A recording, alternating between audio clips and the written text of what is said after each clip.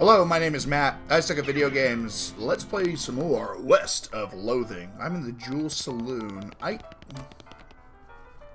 Show him the helmet. His eyes light up. Well, one of them does. The other one's kind of stuck in a perpetual squint. Does this belong to you? He takes the helmet from you. It takes a moment to find his voice. It does, a long time ago.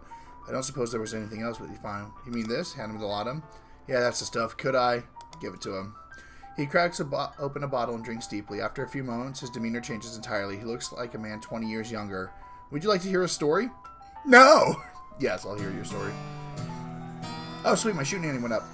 Ellsbury tells you a tale about a long-forgotten warm realm where eternal priests live in harmony with ghostly trees. Something about that story. You really lost yourself in it. Thank you, Ellsbury. He nods. If you ever want to express your gratitude in a more tangible way, you know the trick. He goes back to listening to the piano. Wait, what? You're back. He goes, you got some message for me? Here you go. He cracks open a bottle and drinks deeply. Sure, I'll hear another story. He tells you the story of an insomniac who gets kidnapped and taken to a forgotten forest inhabited by tiny scholars. Something... Okay, so if you give him... I think I can play poker now, right? Table's full up. Yeah, I'll play poker. You sit down at the poker table and a dealer emerges from somewhere in the back and sits down next to you. The lady to your right introduces herself as Betsy, and the player to your left says his name is Charlie. Dealer tells you that the ante is 20 meat. Let's ante up. That was my meat sound effect. The dealer gives you a deck and gives the deck a shuffle, then deals. A hand of cards glides across the table to you. It's totally garbage hand. One-handed king and a 10. And it's the first round. The pot is 60 meat. You estimate the chances of winning around 10%.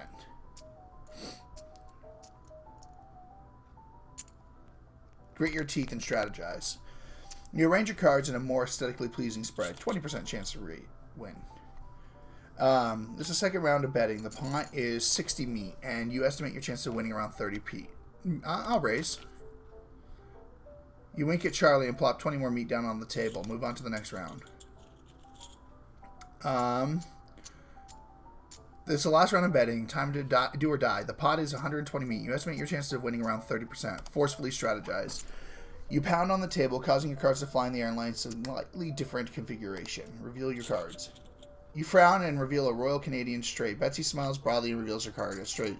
Charlie sighs and reveals his hand, a straight. Boo, I lost. Alright, let's play another round.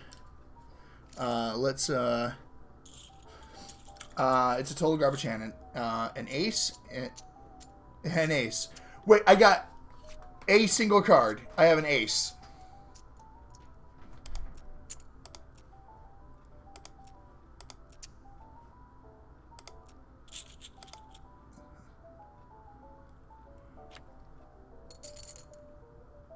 Okay. Can you win?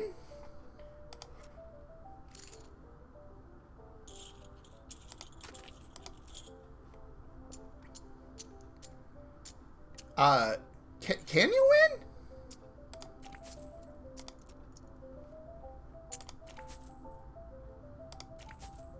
Oh, I won. Sweet. Okay, I won. So we're just gonna walk away. I don't think I got any. Did I get anything for doing that? Oh, I have the P.O. box. That's right. We can go check the P.O. box.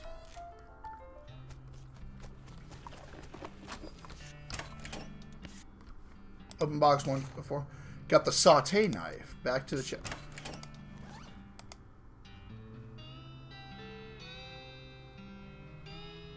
Too thin to use as a weapon, so it's not even worth stealing. Okay, so let's go back to the saloon. Go to the kitchen. You give him his knife back. Here you go. Cool. Okay, I only need it for one more favor from you. It's the most important. I used to have this recipe for a very secret jerk sauce. But my jerk friend Dave J stole it from me, and then he died and took the secret to his grave. Literally, I mean, he's buried with it. You want me to dig up his grave? Yeah, he's dead. He won't mind. Jesus.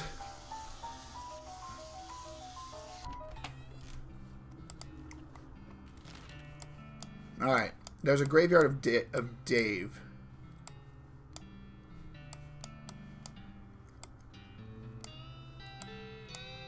The Dave yard. There we go. Oh, sweet. El Vibrato.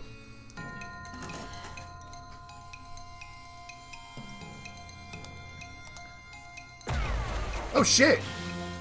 I win! Woo, got some scraps. I also got a piece of, like, I had a bacon and scrambled egg sandwich earlier today. Like, right before I started recording, I got a piece of bacon stuck between my teeth. It sucks. Okay. You dig up the grave and pry open the coffin. Instead of corpse, it contains a garbage bag? Strange. You reach into the garbage bag, and you're surprised to find that's full of pudding. Not just pudding, it's pudding and motor oil. Who would do this? Keep digging. You finally manage to reach all the way to the bottom of the bag and retrieve the sodden lump from the bottom. You unglob the wad and dry it off and wash your arm in a nearby ditch. This better be worth it.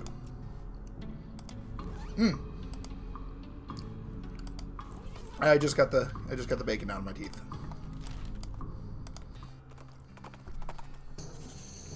Oh, cool. The Shaggy Dog Cave. Continue to my destination. I'll go there later. Alright.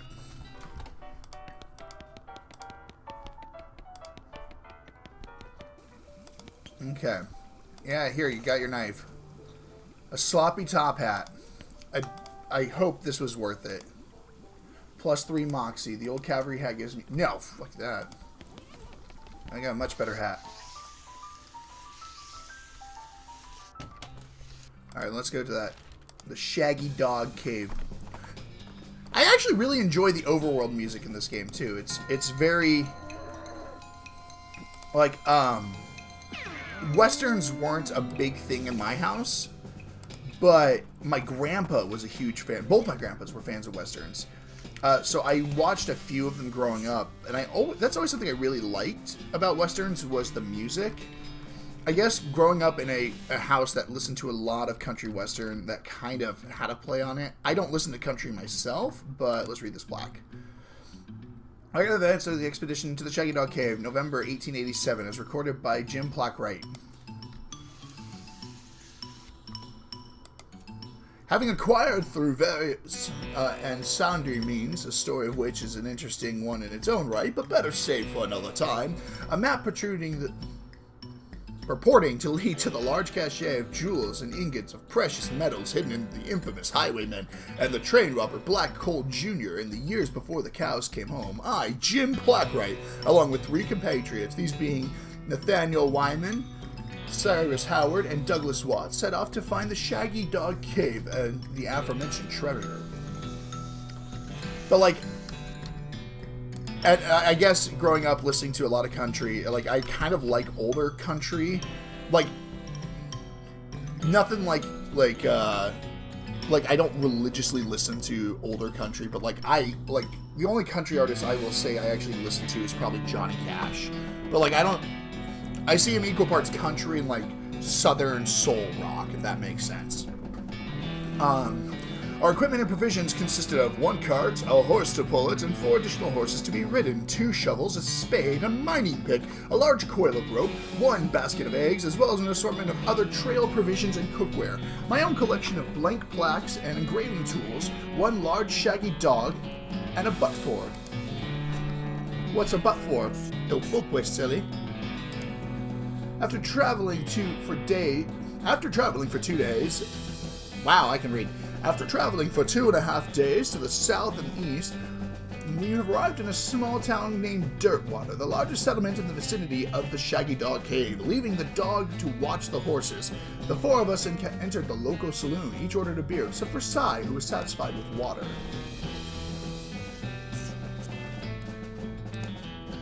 The barman provided our drinks as requested, and then withdrew a small wooden box from underneath the bar, asking if we cared to witness something really interesting. Considering that we all had quite a few hours left to travel, we politely declined and asked him if he knew a way to Shaggy Dog Cave.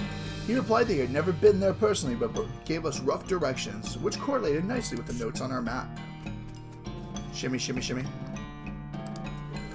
Upon leaving the saloon, we discovered that, to our dismay, and for some unknown villain had tampered with our wagon. Fortunately, the only supplies missing were the butt for and an entire basket of eggs, apart from the one that Doug had concealed within a pocket for safekeeping. We also discovered that the dog had been absconded with one of the horses, forcing Nate and Cy, after drawing for lots, to share.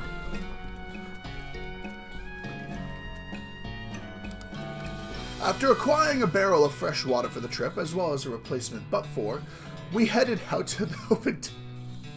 Excuse me, sir, I'd like to replace my butt for. We headed out to the open desert. The sun shone down mercilessly upon us, though we took small solace in the fact that it would have been far more intolerable had we made the expedition during the summer months rather than in November. In order to pass the time on the trip and resist becoming dazed from the heat and susceptible to desert mirages, we exchanged stories of our youth, which I will not be retelling here for the reasons of length. However, I will relate to you the 3 odd occurrences that happened to us during the trek through the desert. The first was 2 or 3 hours out of dirt water, when Nate noticed a glint of sunlight upon a metallic object partially buried in the sand. This was revealed to be a brass oil lamp of foreign design and manufacture, which fictitiously still contained a quantity of oil. Deciding that this might come in handy, we stashed it in the wagon along with our other tools. I promise I know how to read good. I just never read out loud. Excuse me, hiccup.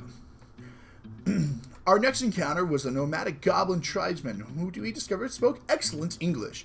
It inquired as to our destination, and we replied that we were looking for the Shaggy Dog Cave, though we did not disclose the reasons for our journey. The goblin confirmed that we were heading in the correct course, and mentioned that he had only a short time earlier witnessed a large shaggy dog riding a horse in the same direction. We agreed this was an unusual sight indeed, and continued on our way. Sometime later, we encountered a large adobe hut occupied by 2 identical-seeming old men with wild hair and long white beards. They invited us to take shelter from the heat, which we gratefully accepted, and introduced themselves as hermits. This struck me as peculiar, given that there were 2 of them, but I felt it would be rude to question them on the point. One of the hermits confirmed that we were near Shaggy Dog Cave, and the other hermit confirmed that his brother said was true. They also commented on that they had seen a large shaggy dog riding a horse in that direction. All agreed that this was unusual sight indeed. The hermits refreshed our water supply in exchange for our butts for, and we continued on our way, excited to finally be nearing our goal. I will give you water if you give me your butts for. After 2 more hours, we finally arrived at the Shaggy Dog Cave. Carefully, after keeping our excitement in check, lest we become incautious, we unloaded our equipment and supplies from the wagon and took a brief respite in the cool shade of the cave entrance. To celebrate our arrival, Doug unpocketed and shared the egg he had been saving in the basket from our basket that had been stolen in dirt water. Once we were rested, we decided the time had come to explore the cave. Discovering that we had neglected to pack torches, lanterns, or any other light source to which illuminate our caves, we declared that it was indeed fortuitous that Nate had discovered the antique oil lamp during our travels. He gave the brass a quick shine and then lit the wick, and we were relieved to discover it lit easily and provided a very adequate amount of light. As we headed into the cave, we were further encouraged by the fact that the floor was quite even and easy to traverse. There was no side passages which might cause us to become lost. Despite this, I resolved to hang a number of plaques to large progress. That totally wasn't my phone. Despite this, I resolved to hang a number of plaques to mark our progress through the cave. It's engraved with the trail of our journey, such that others who discovered the cave after us might be entertained and edified by our story. That's actually a word I don't know. My mama taught me not to read good. Silence my phone. There we go. Actually, that is one thing I'm really, really glad. Both my parents read to me very, very much as a kid. To all of us kids. And I don't know if I've mentioned... I've mentioned it before. I'm the oldest of a family of 6, so... Soon we came to the end of a tunnel, while Nate and Cy and Doug took turns with the excavation. I completed the last of the aforementioned plaques, and it was a matter of perhaps an hour before Cy's shovel struck a wooden surface with a hollow noise. We hauled the traditionally styled treasure chest out of the hole with great excitement.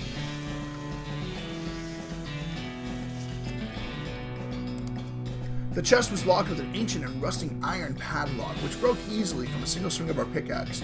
We opened the lid, and the flickering light of the antique oil shone brightly upon the jewels, even of every color, shining ingots of precious metals, as it prompted Just as promised by the legends of Black Coal Jr., joyous at our triumphant, we loaded our chests into our wagon and began the journey home. Thank you for reading, and may your own endeavors be as equally successful. Signed, Jim Plackwright.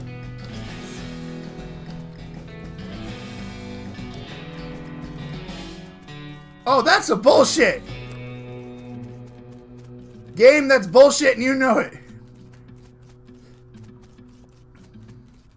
Look, I'm a fan of exploration and Jim Plackwright is the next guy. But you made me go through all that for nothing. Shame on you, game. Shame on you.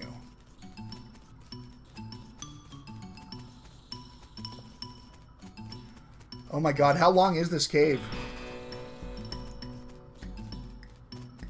Oh, there's Pete.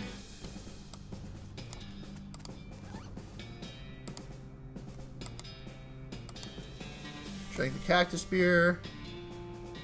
Oh, wait, that means I can probably eat too, huh?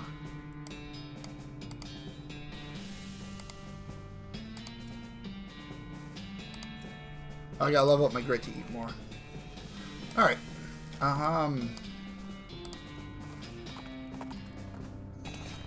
Ooh, cheap wine.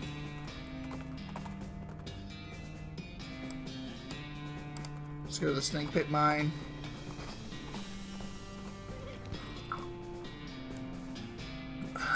Let's wander a bit, see if we can discover anything. Okay, let's go to the ranch. Got a needle. Got a needle. Got a needle.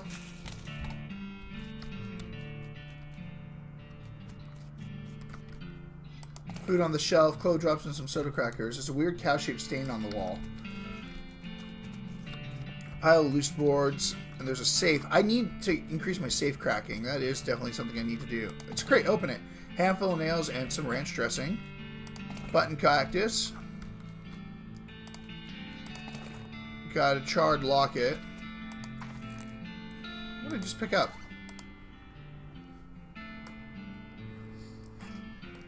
You should call it a locket on account of how lucky it was to escape that fire. Examine it. Pick the locket open. You got a picture of Mary Stearns. Okay. It's a photograph of a serious-looking girl. On the back says, Mary Stearns, Thanksgiving. Oh. She's just very, very stern. Looks like Jethro's bones were dug up by some varmint or another. You approach the grave marker. The hair on the back of your neck stands up. A voice whispers, give it to me. Give what to you? The picture of me, I can see it. You have it. You shouldn't look at it. Nobody should look at it. I guess you must be wary.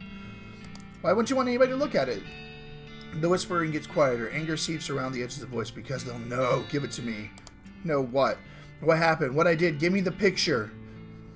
Give it to me now. She sounds pretty serious. No. Fight me, nerd.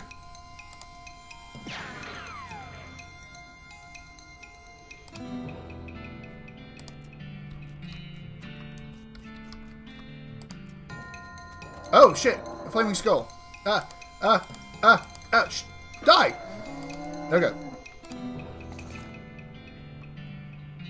By the soft light of the fading embers, you see a glint of light below. You hold your nose with one hand as you fish out the prize with the other. The toilet pistol. Oh, good! Deals stench instead of physical damage. Apply 5... No, my pistol's better.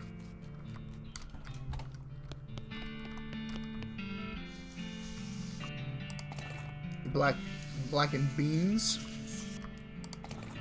Got Mary Stearns' diary. Doll. You pull the string, the doll's eyes roll back in its head, and its mouth begins to move. Hi, I'm Grace. What's your name? I'm Matt. Hi, Matt. Nice to meet you. Do you want to play with me? Yes, let's play. Hooray, Mary used to play with me, but we didn't get to finish our tea party before she went away. Will you help me finish it? Surely.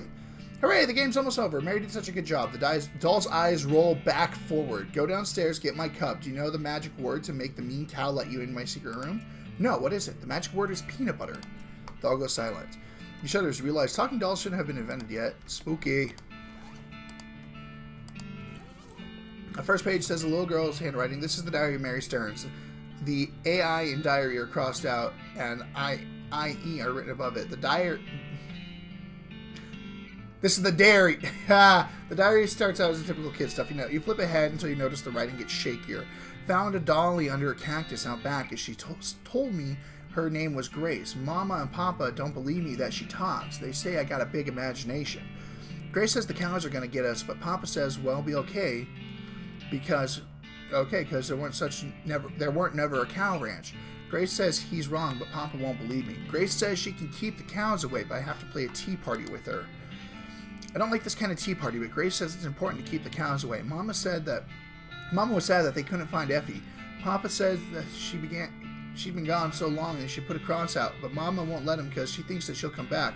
Papa says she's only 11. How far could she have gone? And Mama started crying again. Don't want to play tea party with me anymore, but Grace says I have to. I has to. Papa was out 2 days looking for Joey, but of course he didn't find him. Mama cries so much. I tried to tell her him and Effie are keeping away the cows, but she don't understand. I told Grace I'm not playing tea party again, but she says I got it, and if I don't, the cows will eat all three of us. She said I either get Mama or Papa to play, or else I gotta play by myself. Maybe I shouldn't have killed the ghost.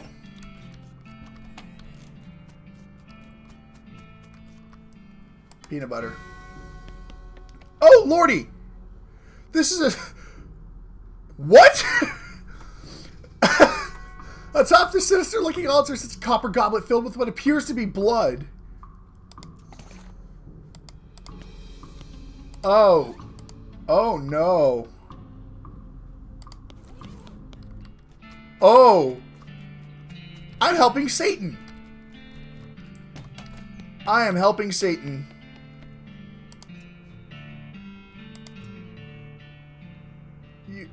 Oh, God. You carefully pour the blood from the goblet into Grace's mouth. Grace leaps out of the toy box, laughing maniacally. As she climbs to the ranch's ruined chimney, she turns towards you. See you soon. She leaps out of the ground into the house and scampers off northwest. That's probably fine. Well, I unleashed the devil.